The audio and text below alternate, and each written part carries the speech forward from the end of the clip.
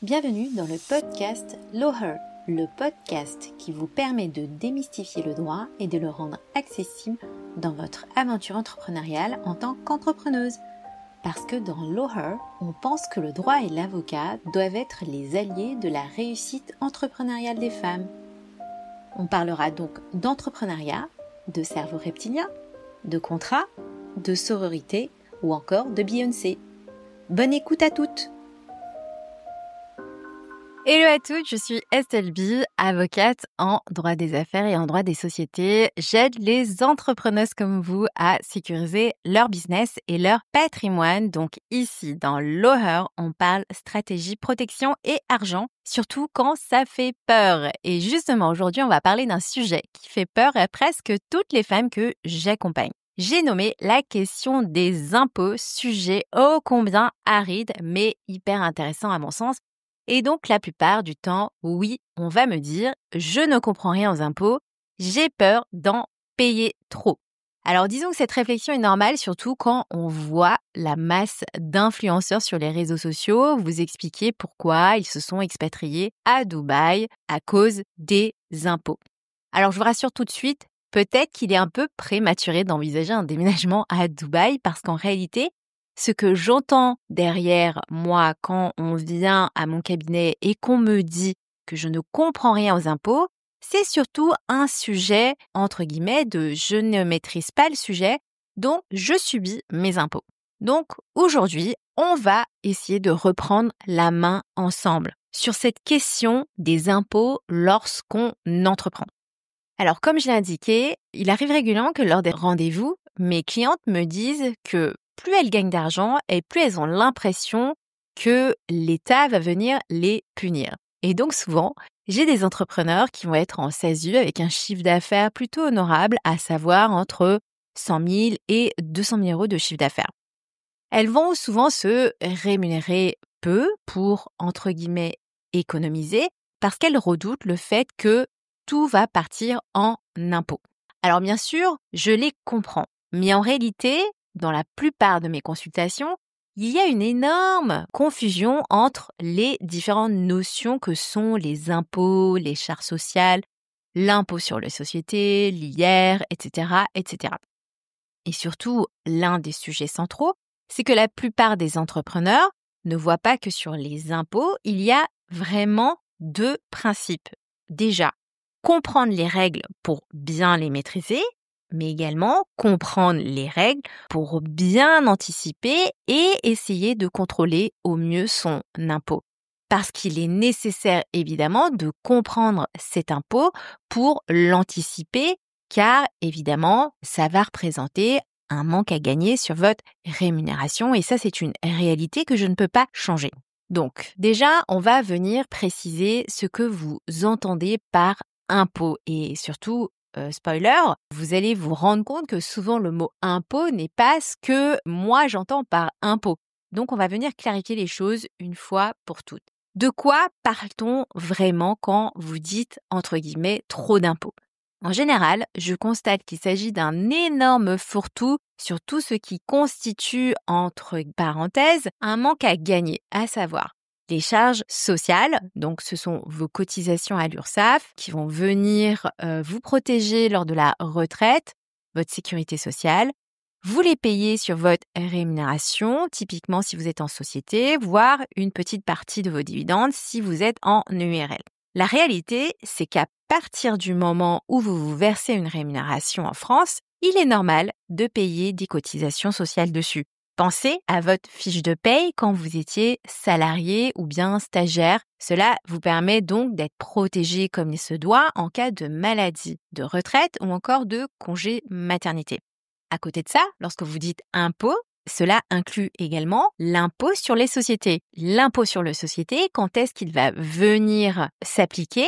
Uniquement, évidemment, si vous avez une société. Par ailleurs, je me permets de faire une petite aparté. Souvent, je pense que les entrepreneurs décident de ne pas choisir d'avoir une société parce qu'ils entendent le mot société et de fait, un certain nombre d'entre vous peuvent vous dire qu'il ne faut pas avoir de société justement pour éviter de payer l'impôt sur les sociétés, ce qui est en réalité un mauvais calcul parce que vous oubliez ça. Déjà, le taux à l'IS, à l'impôt sur les sociétés, est relativement bas, soit 15% jusqu'à 42 500 € de bénéfices. N'oublions pas que ces taux ont été énormément revus à la baisse. Avant, il était à hauteur de 33 un tiers. Ensuite, ce n'est pas vous qui allez payer en perso, c'est la société qui va venir payer un pourcentage sur son bénéfice qui, je rappelle, sont grossièrement chiffre d'affaires moins vos charges. À côté de cet IS, de l'impôt sur les sociétés, vous avez l'impôt sur le revenu. Le montant de cet impôt va dépendre en réalité de plusieurs choses. Effectivement, de la rémunération que vous allez vous verser, que ce soit en rémunération de dirigeante, donc gérante de URL, ou bien présidente de SASU, ou encore en dividende quand vous réussissez à vous en verser. Mais il va aussi en réalité dépendre d'autres facteurs de votre vie personnelle et non plus professionnelle, à savoir combien vont gagner les autres membres de votre famille et plus particulièrement de votre foyer fiscal, donc souvent votre +1. Si vous avez des enfants, plus vous en avez et moins votre impôt sera important avec le système de part et de quotient familial.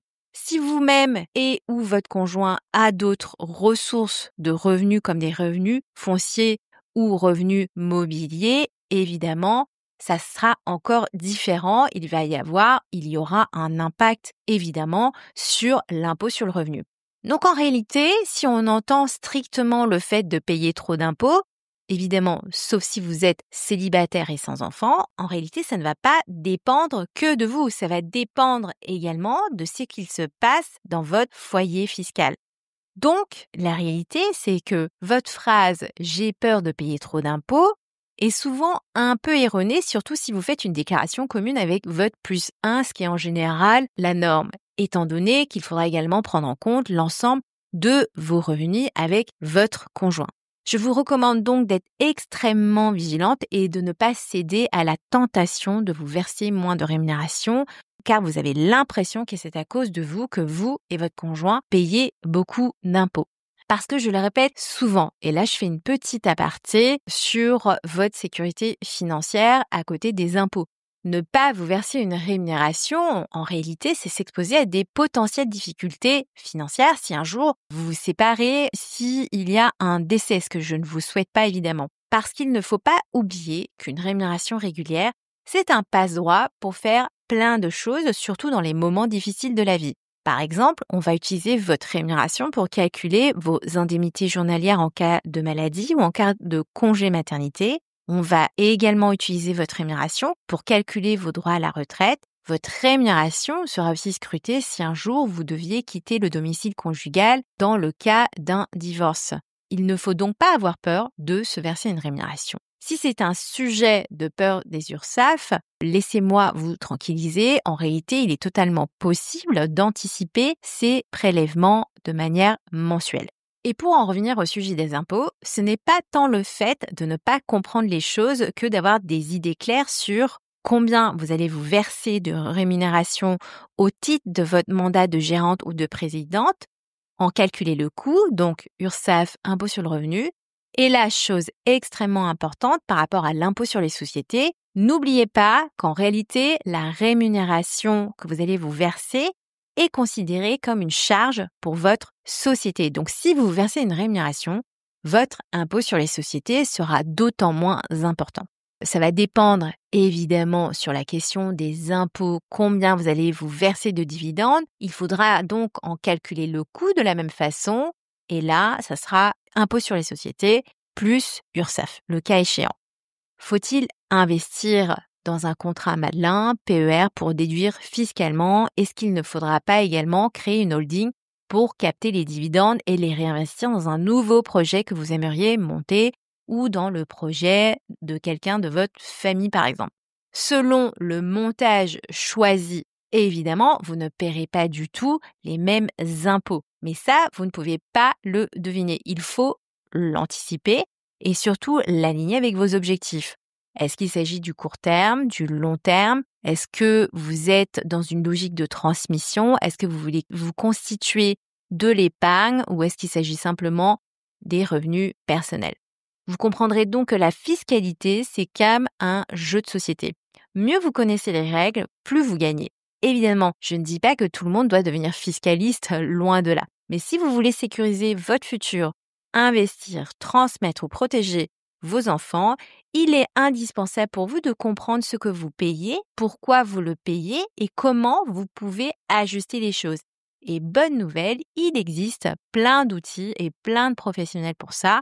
Donc, ça va passer par de la planification fiscale, faire un arbitrage entre la question de la rémunération et des dividendes, comprendre ce qu'est un régime de faveur, mais également intégrer une holding ou non dans le cas de votre activité qui va vous permettre de faire plein de choses. Mais je dédierai un certain nombre d'épisodes sur le sujet des holdings un peu plus tard. Donc, la conclusion, c'est ça. Ne craignez plus l'impôt en tant qu'entrepreneur. Apprenez plutôt à composer avec lui. C'est ce qu'on appelle d'un point de vue sociologique la domestication de l'impôt. Et si vous souhaitez comprendre ce qu'il se passe au niveau de l'impôt pour votre activité, vous pouvez toujours prendre rendez-vous avec moi. Je vous mettrai le lien dans le descriptif de l'épisode parce que, évidemment, vous devez arrêter de subir cet aspect important de votre activité. Plus vous gagnez et plus vous devrez comprendre comment les choses se passent pour anticiper au mieux. Si cet épisode vous parle, abonnez-vous à Loher et partagez-le avec une amie entrepreneuse. Je vous dis à la semaine prochaine et à très bientôt.